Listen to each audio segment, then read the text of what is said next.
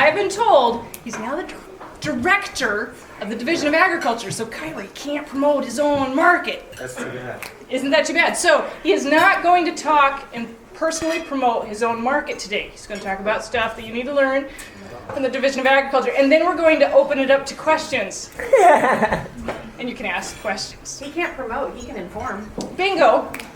Just want to make sure everybody understands it. He's a very talented man. Thank you. Thanks. Thank you, Kyra. You humbled me. When I spoke to you yesterday and you started talking about the presentation that I gave 2 years ago, I was it was very humbling. You spoke so highly of it, and unfortunately, it's not something that I had on a PowerPoint on my computer that I could go back and reread what I said, everything that I said. But hey, it's great to be here. I'm a huge proponent of the farmers markets. I think that I'm gonna tell you a little bit about me. I grew up in Anchorage.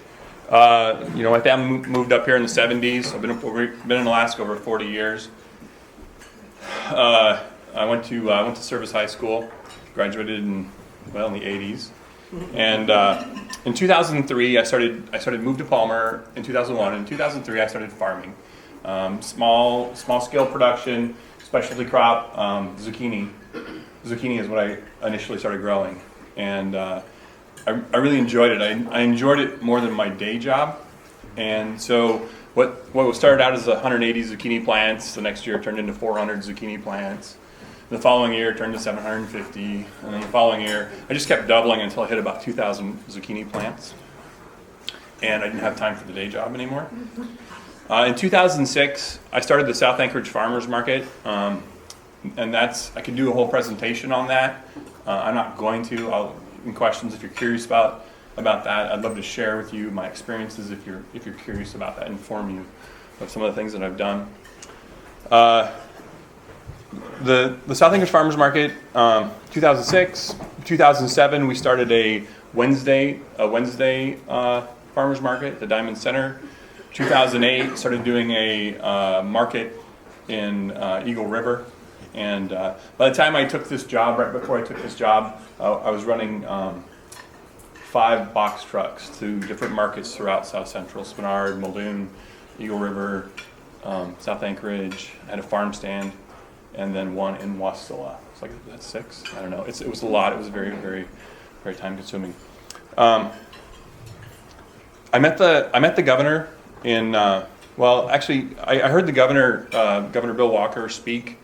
In 2009 at a Farm Bureau meeting, and he talked about his vision for Alaska. And he was at the Farm Bureau meeting, I think, because his vision for Alaska was a sustainable vision, and it was very, very intriguing to me.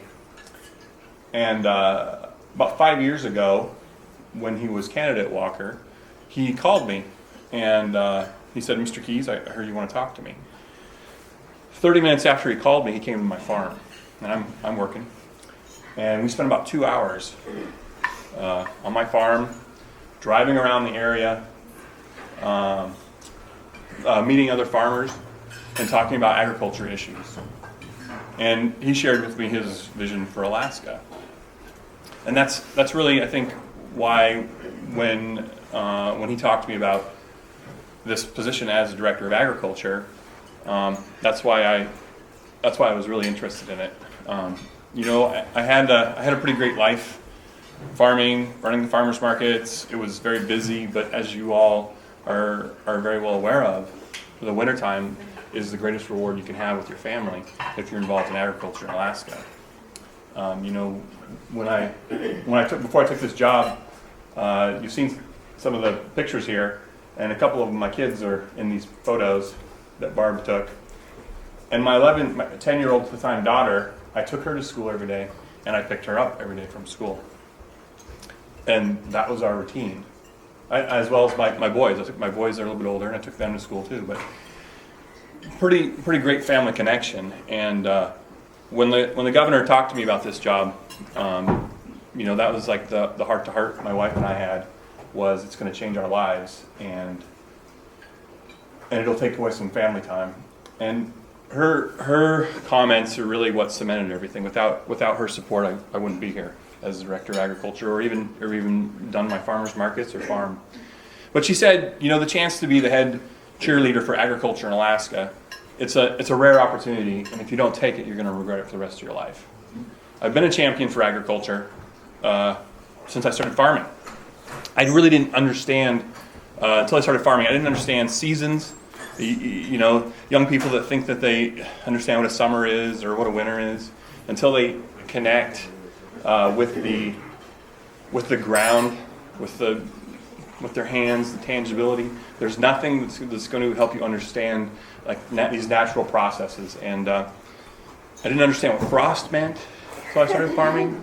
And I remember making a joke about frost one day, and it probably was the first year I started farming. So it was probably 2003. I'm at the Alaska State Fair, and I had my 180 zucchini plants that I harvested every single day. Very successful, and it was a lot of fun. And I made a joke about the frost to a farmer, an old farmer. I was like, "Oh, the frost is here.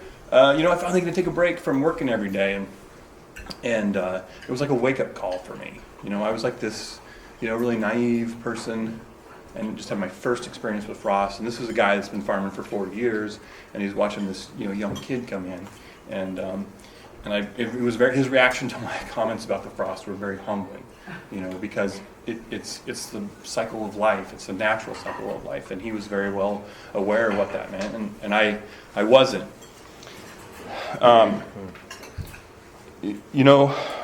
But getting involved and learning these things, I have been active in the ag community. I was president of the Mat-Su chapter of the Alaska Farm Bureau. I was a board member of the State Farm Bureau organization. The day that I accepted this job, I did 5 resignation letters to agriculture organizations that I was a part of. Alaska Farmland Trust. I was on the board that hired Amy Pettit away from the Division of Agriculture. Yeah, exactly. She reminds me of that regularly. I'm not going back. And I said, well, wait till I call you. We'll see. We'll see what kind of convincing argument I can give you to come back to the Division of Ag someday, Amy. But I was on the Alaska Farmland Trust Board of Directors, Mat-Su Farm Bureau president at one point in time, and on their board of directors of the State Farm Bureau. I was on the board of directors for the Palmer Soil Water Conservation District, and I was also, is Danny here? Danny Constantine? Hey, Danny. Hey, Danny, I'm talking about you. And we have Danny Constantine. He's on the board of directors for the Alaska State Fair. I got to know Danny in 2010 when he called me up and said, "Hey, you want to come down to my office and meet?" Or maybe it was 2009. I don't know. It was quite 09, yeah. And he called me down to his office. I had no idea he had ulterior motives, and he had no idea whatsoever. And he pulled me in, and because of that meeting at his office, I think a month or two later, I got a call when I was on vacation in Hawaii. You remember that, Danny? I got a call, and a guy goes, "Hey, this is Michael so and so. I'm with the White House. I'm with the White House Personnel Office, and I want to talk to you about a job." And that was the 5th one that I resigned from when I took this job, and that was the chairman of the Farm Service Agency's State Committee. And anyway, very, very active, and this job is like it's taken over. There's a reason that I resigned from all those things, and I know what it's like to work 7 days a week in the summertime, put in 12 to 16-hour days, sacrifice family time, and I appreciate the effort that farmers go through. And now that I took this job, when I talked to the Jim Winter, the chief of the governor's staff, and we're talking about this job, he's like, "Yeah, it's 37 and a half hours a week."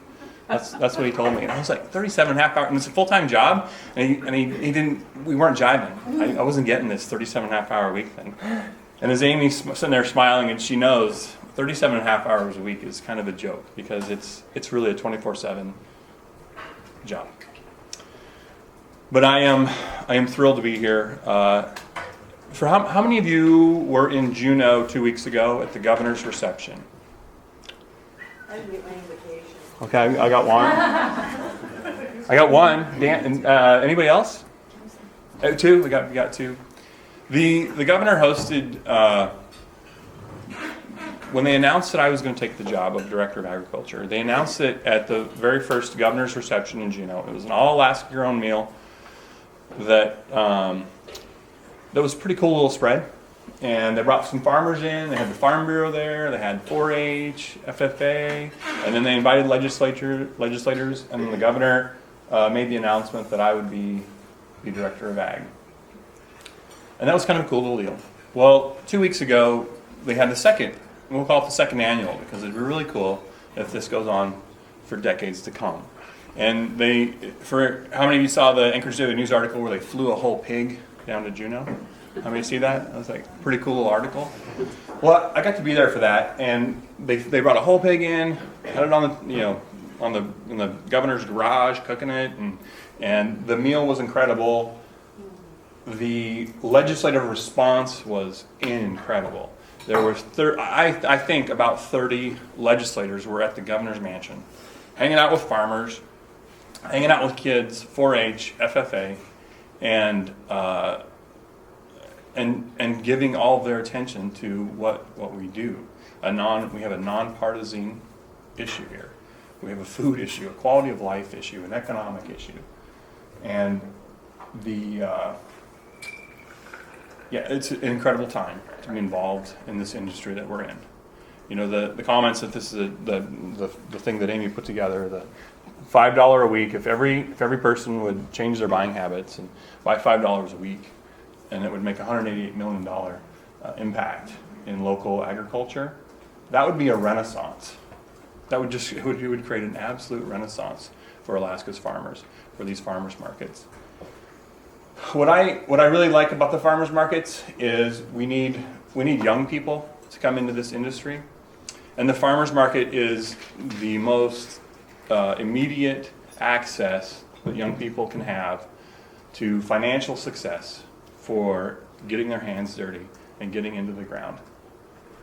And so, as Director of Agriculture, I think this is something that you're going to see the Division of Ag supporting. How many of you know Johanna Heron? You did? All right. I see a lot of hands there. Great. So she's the Market Access and Food Safety Coordinator at the Division of Agriculture, and she is someone that is passionate, lots of energy, and I think that as we get some momentum underneath us, she'll be someone that'll be working with you guys on your farmers markets. So these pictures that you're seeing, Barb? I'm right here. These are all South Anchorage? All South Anchorage, yeah. So that's about it I have for speech. Questions? I have a question. Yeah. Because I remember the story. Yes, you humbled me.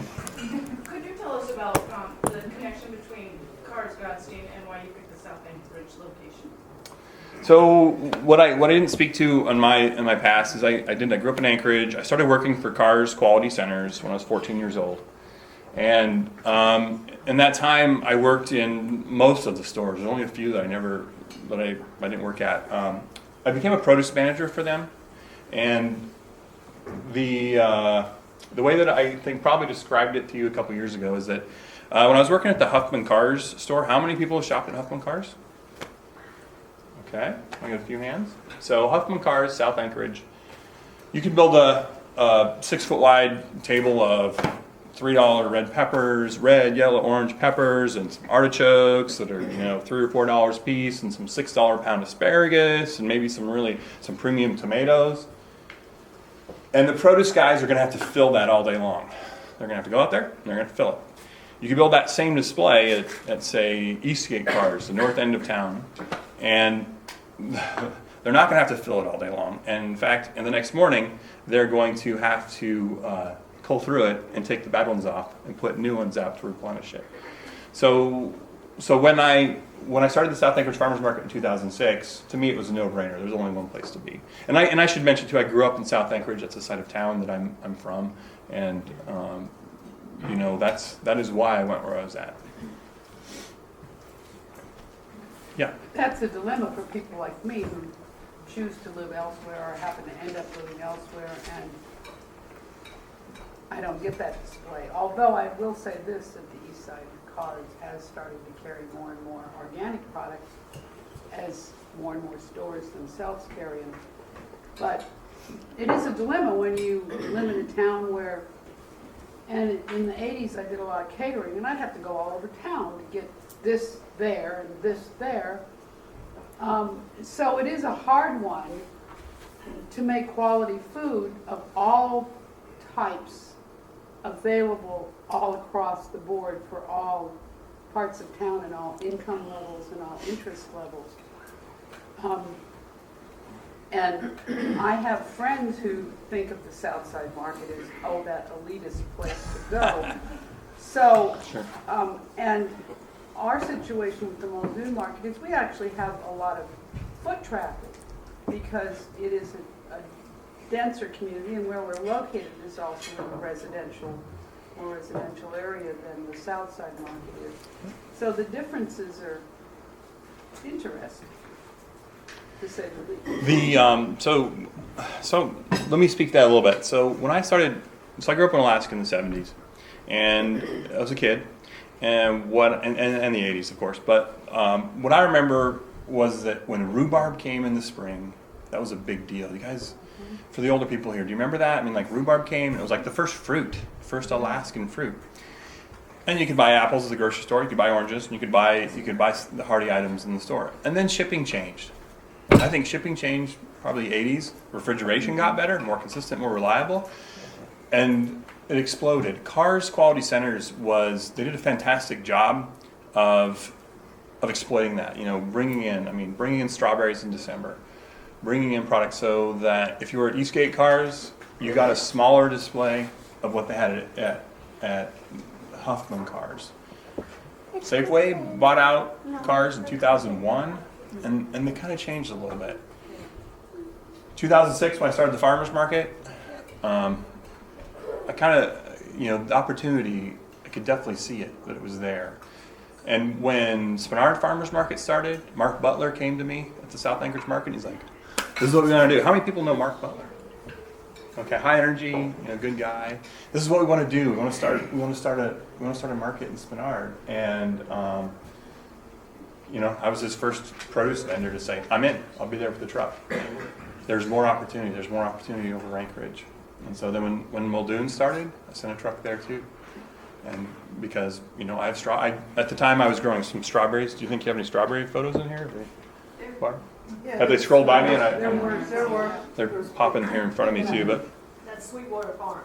Oh, was that? Strawberries. Oh, okay. Well, at the time I grew strawberries, and it's like, send them to Spenard, send them to Muldoon, we'll send them everywhere. And so yeah. Can you speak to the kind of the fiscal crisis for the state, and as far as the Division of Ag goes,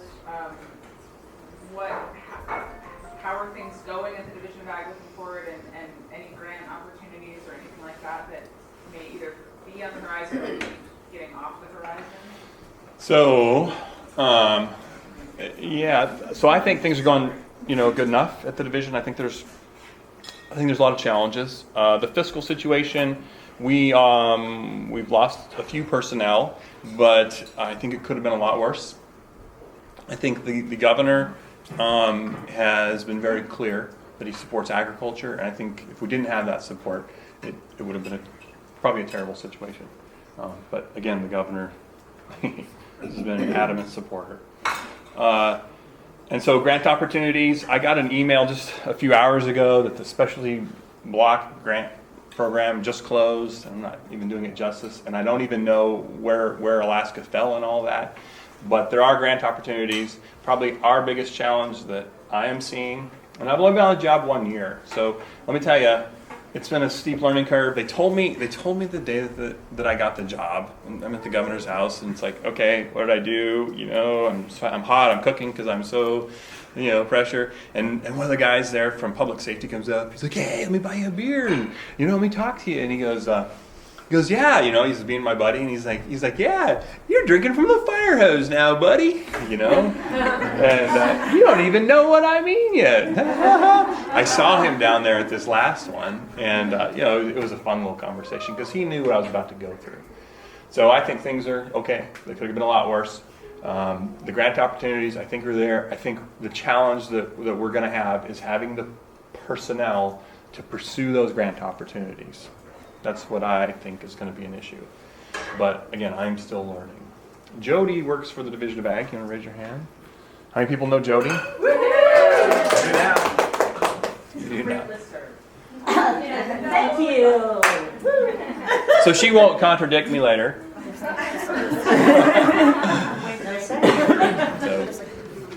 yeah. What do you think of the vertical hydroponic, et cetera, container gardening that's starting up? I mean, I think it's an interesting opportunity. I think they're in, in Kotzebue, they're doing it, and it's an interesting opportunity. Midtown? I think there's a tremendous amount of opportunity, though, for a young person like when I started, to grow outside if they can get good soil, get the good soil, get into a farmer's market, get that direct dollar. When I first, someone going to ask me about when I first started farming, how my business model was. Sure. Okay. Tell us about So- your business model. Sorry. Okay, since you're curious about that, yeah. So when I first started farming, everything I did that zucchini, and I was a produce manager, so I could definitely see opportunity, man. Alaska grown, I grew up with Alaska grown, and one of the things that we had a challenge with was getting enough Alaska grown in the grocery stores, zucchini being the number one thing. And that's why I moved to Palmer. All of a sudden I'm on this farm ground, and it's like, oh, what could I grow? Well, gosh darn it, we got shorted on zucchini again today. So I grew zucchini. And everything I sold went wholesale directly to the grocery stores. And I was getting just a fraction, maybe even, we'll call it a fifth. I was getting a fifth of what I would get for it if I sold it at retail. But I was at wholesale, and I was having a blast, and I was having a good time, and I knew that I really enjoyed it. 2006, I started the South Anchorage Market. I took my product in there, and I sold it at retail for the first time. And let me tell you, I could taste that one. And so I feel like for young people today, that same opportunity is there for them that I had. Probably even greater so because, as Amy said, 2006 when I started the market, there was maybe 13 in Anchorage, right? Today there's 40-something. That's 40 opportunities. There's Bernard, there's Muldoon, there's 13 what? 40 what? farmers Farmers markets market. Okay. Oh. in the state, the entire state.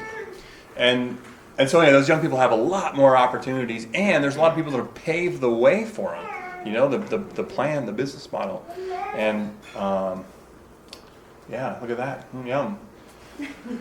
Wild scoops. Look at all this opportunity coming. So yeah, that's my go retail, get that hug, and buy more land. Yeah.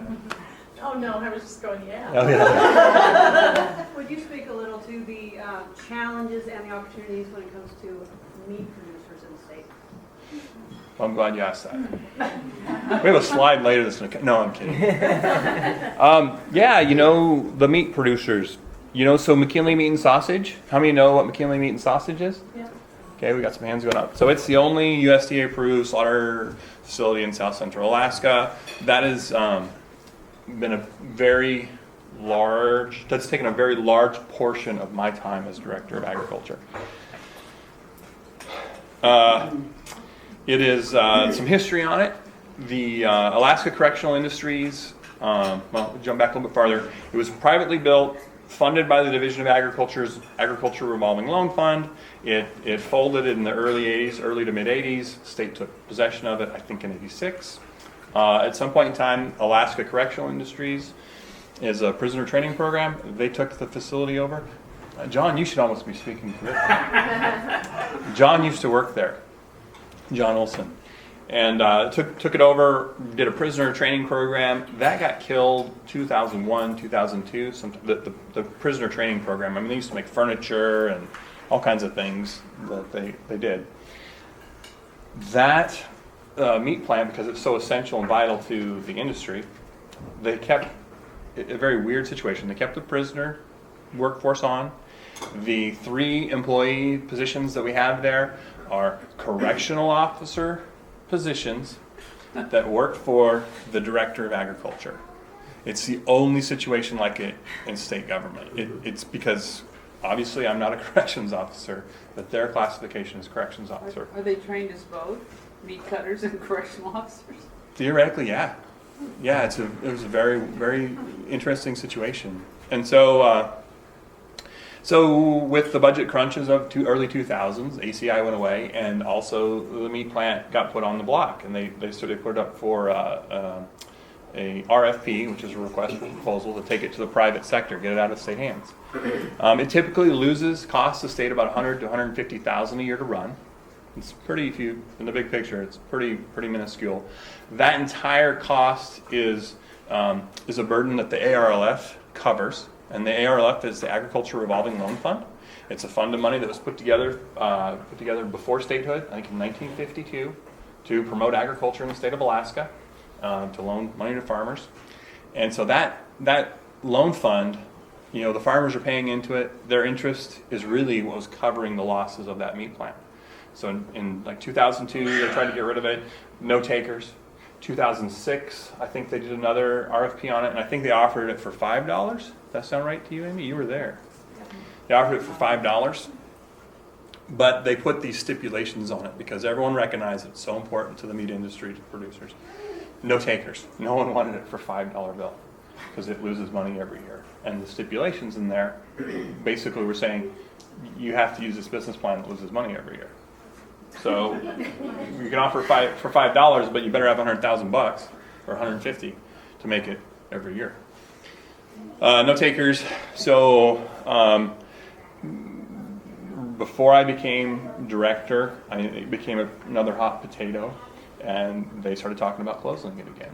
And they put I believe, June 30th of 2016, the legislature had funded it for closure. I came on as director in February 2016. So when I came on as director, that plant was scheduled to close, 5 months later? And so to say, it's been a year, but to just think about how much time I put into this thing is insane, even right now, thinking about it. Because it's so vital. My phone, people coming into my office going, you can't let this shut down, you've got to protect this, you've got to keep this going. Well, the legislature funded it for one more year, so it was scheduled to close June 30th of this year. And with the stipulation that the state moved forward with selling it. They were adamant, the legislature was like, don't come back here and ask us again, yada yada. So we put an RFP out, I think in May, a request for proposal to move it in the private sector. We had some of those same stipulations in there about you're going to run it, you're going to provide services to the industry, do all these things. And those assurances basically were like, I think the Board of Agriculture and Conservation, which oversees the ARLF, and that BAC is what it's called, is made up of farmers and producers throughout the state of Alaska.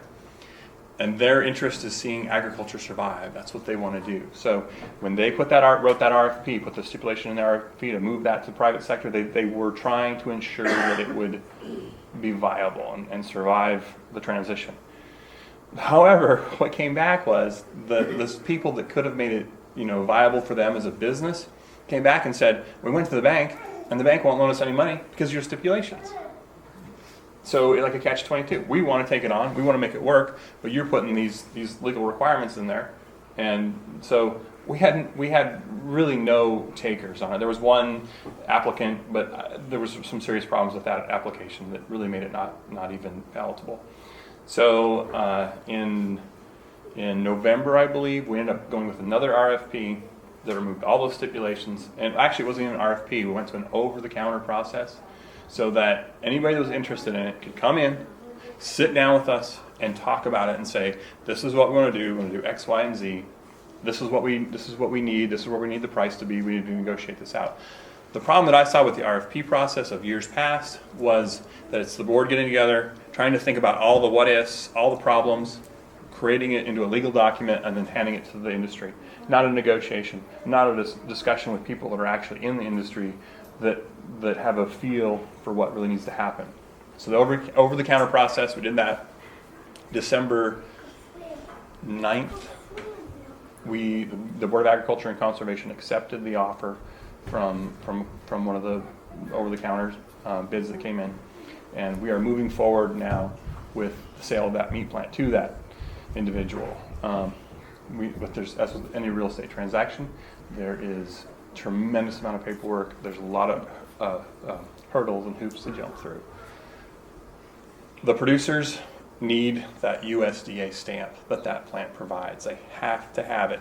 If we're going to grow, I mean, the farmer's market, even for a producer to sell at the farmer's market, they've got to go through that meat plant, get that USDA stamp on their product before they can sell it at a retail cut. And that's where they're going to make money. They're not, I'm sure you can make money selling a whole cow or half a cow where you don't have to have that USDA stamp. But we're not going to grow this, I don't think we're going to grow this industry chasing some of these billions of dollars that are getting pulled out of the state of Alaska by selling half a cow at a time. We've got to go where the consumers are buying. Farmers market's a great place to start, but we're going to have to end up in the grocery store. I have a question in a similar vein. And when I was growing up in North Dakota, they had traveling abattoirs, which were legal to sell in stores, where really small producers could have like 2 cows, could call this guy and come out, he butchered a cow. A mobile slaughter. Yes. Yeah. What are the legal impediments to having something like that in the state of Alaska? Obviously, we have like 2 beef cattle producers in Kodiak. Neither one of whom have access to a meat plant. Yep. I mean, it would obviously be so expensive to like ship the cows over here alive, have them butchered, Yep. ship them probably anywhere and sell it, that there would be no profit in it. So, and actually there is a slaughterhouse in Kodiak that That's right. I don't know if it was ever USDA inspected, but it's not now. I think it was. It was. Yeah. What are the legal impediments to like having something like a cooperative or one of those traveling slaughter places? So they're called mobile slaughter. Mobile slaughter. Usually that's called custom exempt. So if I have a cow and I want the gentleman from mobile slaughter to come kill it, make a call, comes over, kills it, he does everything he does, and then it goes in my freezer. Or maybe my neighbor wanted to buy half of the cow, he can buy half of the cow. That's legal. It's called custom exempt. That can happen. But to take that cow, run it through that mobile slaughter, and then to try and get it into the market, whether it's farmer's market or a grocery store, it's gonna have to have a USDA stamp. It has to. And what are the legal impediments for one of those being able to put a USDA stamp on mobile slaughter? I learned a lot about the meat plant over the last year. And I think the paperwork requirement alone is enough to say, boy, ain't gonna do it. Isn't that something that could be addressed legislatively to simplify it? Federally. Not that I did not come here prepared to really speak about it, but I will tell you there is something called the Prime Act right now. I believe it's in Congress or the Senate. I think it's the Senate. It's a Senate bill. It's like, what's that? Federal. Yep, at the federal level, and that would take away some of the USDA requirements and make it easier for the scenario you just described to get that animal into the market. Well, right, because our industry in Kodiak is not gonna grow until something like that happens. Yeah, I mean, it is. There's ranch land there, but it doesn't take very long to saturate Kodiak's market. Senator Murkowski is the one, that's the office that I've spoken to about this. Okay, good to know. But the simple way is called the Prime Act, and it has to do with, there's a national trend for small slaughter facilities like McKinley Meat and Sausage to close up, and then these big ones, Tyson, take over. And so that's recognized nationally that this trend is like, it's bad for small towns, it's bad for small communities. I personally see this as big business's way to close the market to small producers. Like they put all of these levels of things you have to jump through to get in there, and because they have billions of dollars at their disposal. I wouldn't disagree. Can do that, but nobody with 50 cows can do it. Yeah. But when you're talking about USDA requirements, I mean, this isn't like necessarily the big bad evil government trying to impose regulations. I mean, we're talking about things like, avoiding foodborne illnesses, or getting into ground meat. Yeah, You know, absolutely. Yeah. I would say that I'm not saying that McKinley Meat, what they're doing is bad. Right. Yeah. But yeah, as far as a small producer, big conundrum. Yeah. So I have changed the subject just a little bit, but what's the deal with FSMA and any developments on that and how that's going to affect us? I'm when I was FSMA was how many, raise your hands if you know what FSMA is. Okay, a lot of you know what FSMA is. Food Safety Modernization Act. It's the greatest change to our food system, regulatory wise, probably ever. They say for 70 years, but probably ever. It was a law from 2010. I think they signed it in January of 2011. President Obama signed it into law. There's like 7 or 8 rules in FSMA, and right now the one that we're currently dealing with is the produce safety rule. And as a producer, nothing costs me more sleep than FSMA. I felt about FSMA what you just said about. And I think it's in the same vein. I think it's like bottom line is designed maybe to keep small producers out of the market. I heard a deputy undersecretary for agriculture speak about food, and he said he was in China, and he said in China, he said they have an American section of food in their stores. He goes, it's a nice store, you can go in there, you can find American food for sale in China. And he goes, they want our food. He's talking, American agriculture, how much opportunity there is. And of course, there's local food there too, but he said it's safe. Everyone knows it's safe. American farmers produce the safest, most abundant, cheapest supply of food in the history of humanity. Food Safety Modernization Act. As a farmer, I was very concerned with it, and as director of agriculture, I'm still very concerned. I don't think I think in 2011 when they passed it, I think it was a lot scarier. I think the provisions in there were so broad and so sweeping. It was just like they just took a huge grab, and I think it's 2017, and we're just now getting to the produce safety rule because it's so complicated and so onerous to try and implement this thing, and I think it's funneled down quite a bit. Unfortunately, Division of Ag's not in the driver's seat on FSMA. Department of Environmental Conservation has the produce safety rule under the state veterinarian's office right now. And we are, this is something that we are talking to them about on a fairly regular basis, but I don't have a lot to report on it. But as a producer, as a farmer's market person, I think you should absolutely be educated on it. Read up, follow it when there's an opportunity to comment on it, because that's what changed FSMA from like 2011 to where we're at now. In 2011, the water requirements, all these requirements they were putting on farmers, there was huge concerns that the young people wouldn't even have an industry to come into because the hurdles for them to get up to the point where they could make it into this industry were going to be too great. The water requirements, I was down at a Western Directors of Agriculture meeting, and the water requirements has them just freaked out because of the expense with it, and so they kind of explained to it. We don't have time to really go into it, but there's this testing component of water, and there was an assurance offered that that the Food Safety Modernization Act was going to be an umbrella that covered basically the world's food supply. If it came into America, it had to be underneath our FSMA umbrella. And then what they said at the last meeting is that, and they had assured Congress that this law, this sweeping law, would have covered everything that comes in our borders. And then what they said is that with all the trade deals that we have, and there's quite a few of them apparently, that in the trade deals, you can't necessarily enforce the FSMA because of this trade deal you have. Putting your basically food policeman over on someone else's farm in another country could be violation of a trade deal. And they even Canada, where they said, water's probably good there, but this water rule, it's going to be a financial hurdle that farmers are going to have to cross. Well, the trade deals I have with Canada, they said it's not illegal. It's not illegal. We legally can't enforce the water rule in Canada because it's not our country. And so, well, okay. So how do we do this? And that, I think, is why FSMA has taken so long to implement. Yeah.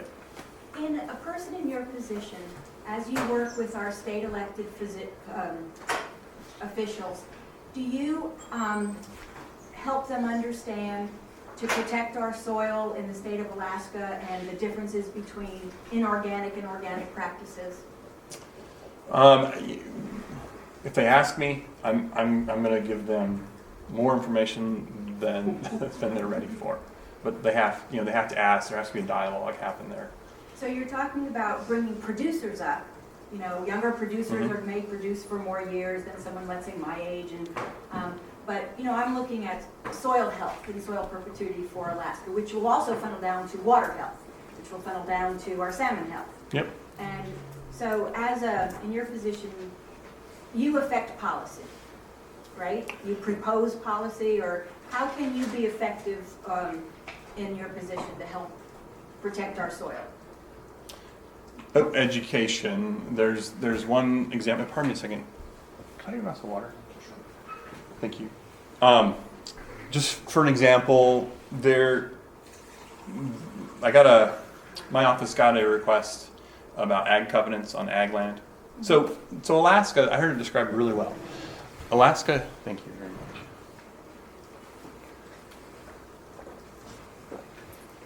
We're land rich and we're soil poor. Yeah. Look at this massive piece of land. I had a soils map blown up and put on one wall in my office that shows all the soil in the state of Alaska. And so because I get it, man. As a farmer, I get it, man. It's a basis for everything I love, everything that brings like joy in my heart as far as like working outside of family. It starts with soil. And so I put that on my wall. And we got a request from a legislator wanting to know about ag covenants. And it's like, that was a really weird request. Like, what do we got to do? And basically the question boiled down to, what do we got to do to get these ag covenants off? And so I see where this is going. I was on the Alaska Farmland Trust Board of Directors. I believe in agriculture. I believe in ag lands. I think it's an economic community, a health, all these issues. And so I had a small soils map printed up. I ended up meeting with this lawmaker and listened to his concerns about why, and basically what he explained to me is, the cities are moving in. There's ag land. Ag land's in the way of development. He goes, this is not farm country anymore. So that's where this That's politician is unsustainable. coming from, or our elected official is coming from, that that intersection of suburbia, spread, sprawl, and your open space farmland. Yeah, I mean, I believe. Yeah. Okay, so Oh, it's huge. So what I did, I listened to all the concerns. I totally get it. You want development, you want a tax base. Right. And in Palmer, where I live, I got involved in the Alaska Farmland Trust because the mayor in the area where I lived on all this ag land that is just incredible. It's absolutely incredible land. Thought that putting in outlet malls. Thought that the future of Palmer was going to be outlet malls. Yeah. What? Well, I was just going to say, I don't know if Arthur can say it because of his administrative position, but I can say it. The representative, Say it, honey. the representative on the peninsula who is recommending the removal of ag covenants from state ag-restricted land is Representative Knopp, Knopp. And if you would like to flood his office with letters recommending Yeah. There's an eagle. Time for a break. The legislation has not been introduced yet. It has not been assigned a bill number, but he is taking feedback right now. And my board is working on a letter right now to give to him saying, please let us help you understand why you should not do this. And we plan to put that on our website to let other people use that letter as a basis for how to also communicate with him about why that's a bad idea. So, Amy, can I just along those lines just ask for, or whoever has the knowledge of, like, what are the advocacy groups besides like the Farm Bureau is one, right? Like as far as, people for whom our livelihood, whether it's as market directors or farmers or whatever, like what are the advocacy groups where we can be, because you can only do so much as individuals. It takes the voices of everybody in this room and all of our producers to be speaking to our legislators, both state, local, and federal.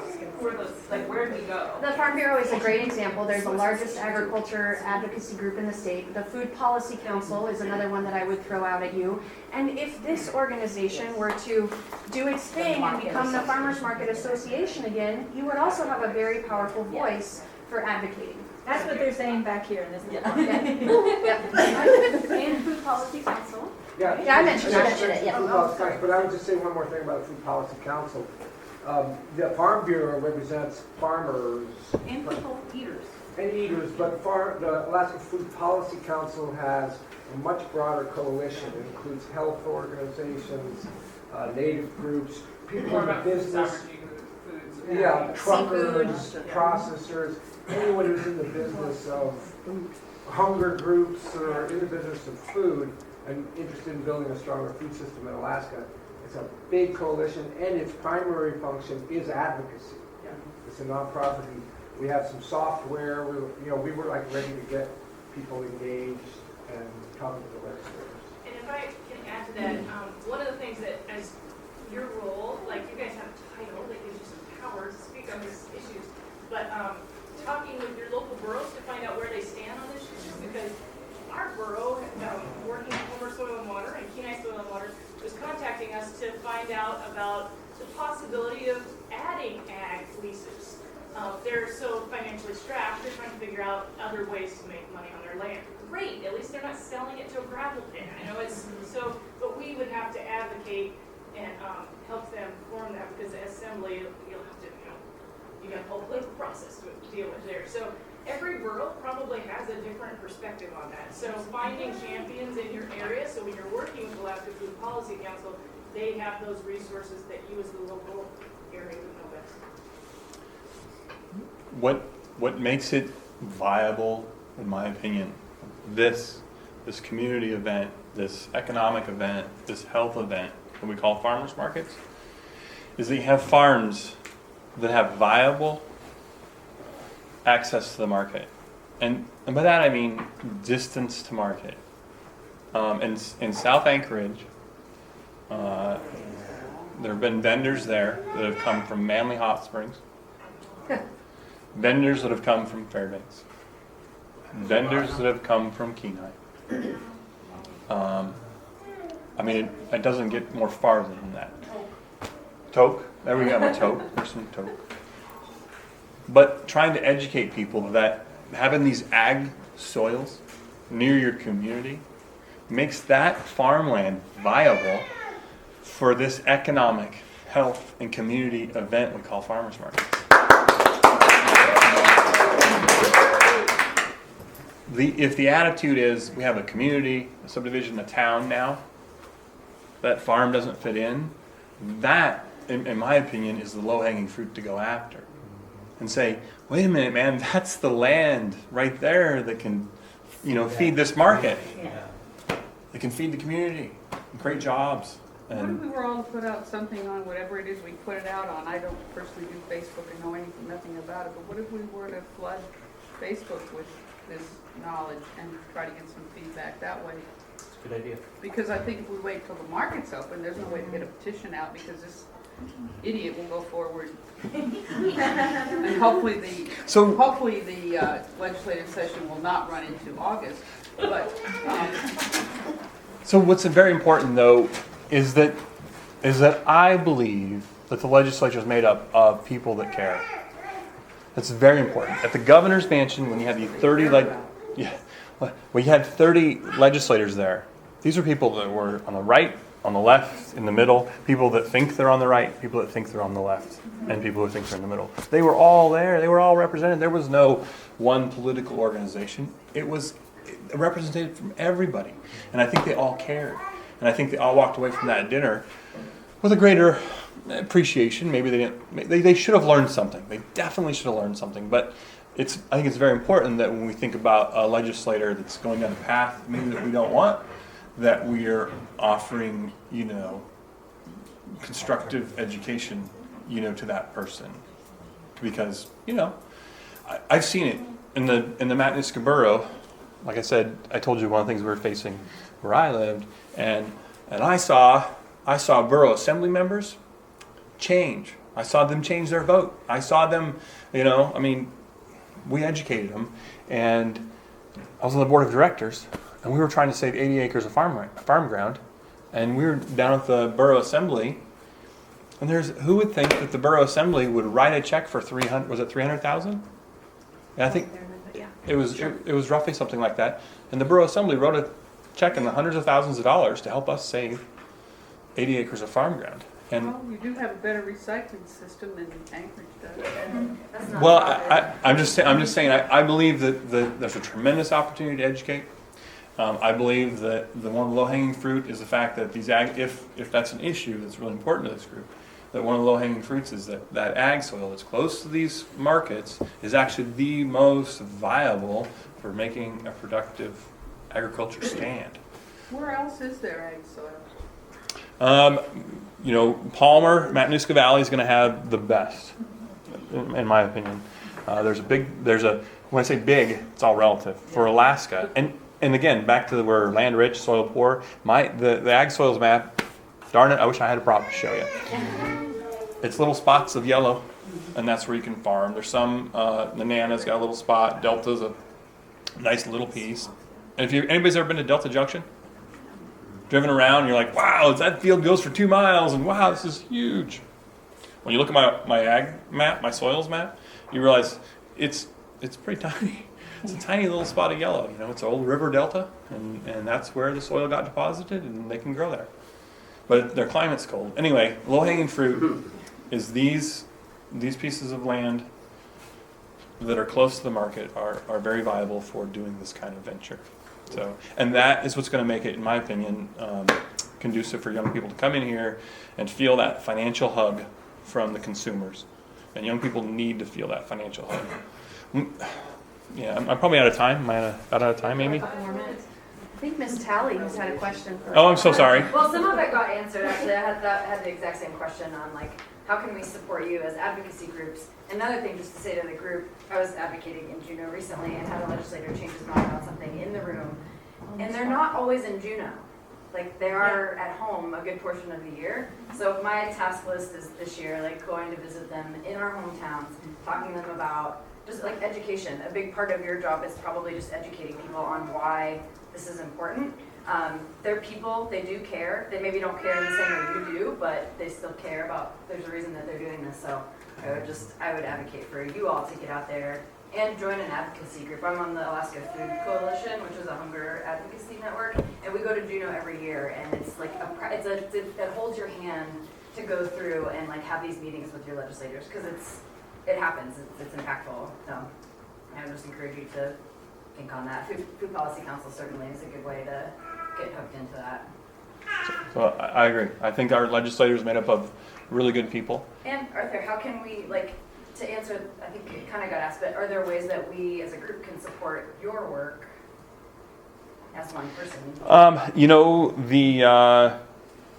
The Alaska Grown newsletter that goes out, I think staying informed. I think everyone here is staying informed what's going on. As we've got things that are coming up, we're going to be letting you know. We also have a listserv for the producers. The producers can sign up, and that's a little bit different. It's like a newsletter, but it's geared a little bit different. It's just for producers. And, if you've got producers that need our help, send them to us. We're going to help them. If we can, we will help them. And it's weird. I've been director for a year, and I've got some requests for some help that I have to say, sorry, we can't do that because that's outside of our purview, but we will if we can. So that's probably the biggest thing. I just want to clarify before you're done. So I don't have to tell my vendors anything's changing with food regulations, food safety this year, this season? You don't know. We don't know. Yeah, I mean, no, I don't know. We're DC. We're going to talk later about SISMA. You are, okay. Yeah. Oh, awesome. 4:45. So who are you? I'm Melanie Holland. I'm with DC. And how you guys are doing with DC? Rather from Baton. Okay, you're not from not because I've never met you before. So yeah, well, good. I'm glad you're here. We thought we would talk more about it, but that's okay. I think.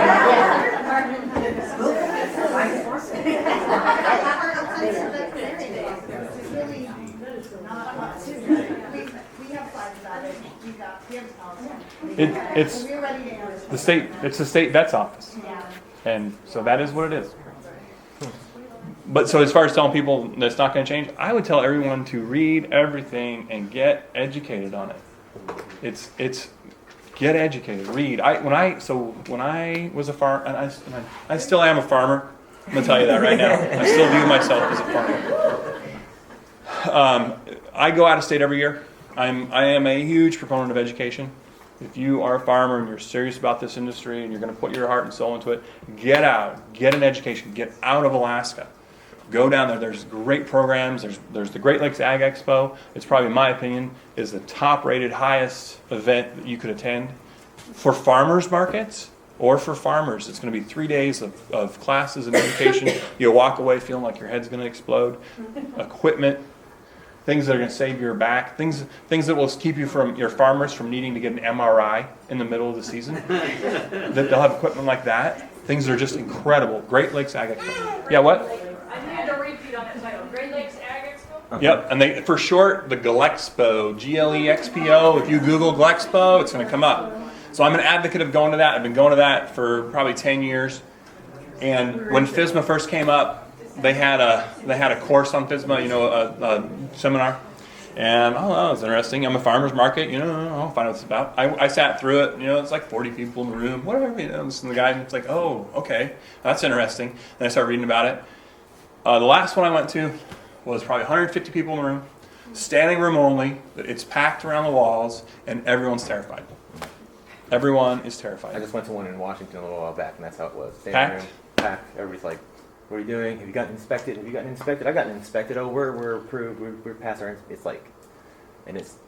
Yeah. It's a big deal. Down in Lower 48, they are, as far as education and knowing what's going on, they are way ahead of us. I came back to Alaska with that same terror as a farmer. And I was just like, are you kidding me? The things that were proposed, the proposals, the things that they proposed in 2010, just not palatable in my mind. So... Well, I was just going to follow up on what you were saying earlier about how we can contact legislators.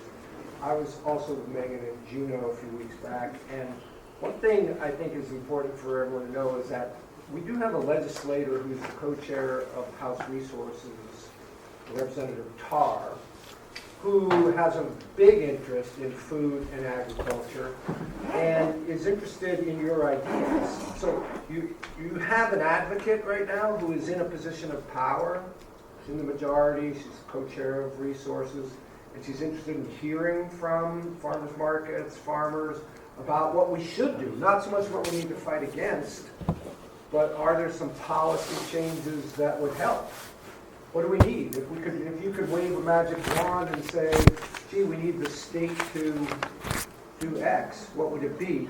So she's interested in hearing. She's also planning to have some hearings during the interim when she's home, maybe in other places around the state, to do the same thing, to kind of get Alaskans more engaged in talking about what we can do. And what's her district? Her district is Anchorage. She's over in Airport Heights. And something else I want to say before I wrap up with you, and just be clear on this. I've lived in Alaska for over 40 years. I have never seen a governor be as big an advocate for agriculture as this one. This is a big deal. This is yeah. I was fist pumping. That was. Oh. Okay. Sorry. The governor, in his State of the State speech, talked about agriculture. In both of his, I think he's done 2 State of the State speeches. He talked ag. At his everything, he talks ag. And woot, yeah. So it's a great time to be an ag. The state needs it. It's a sustainable, economic, quality of life, health issue, community issue. This is our industry. So thank you for having me.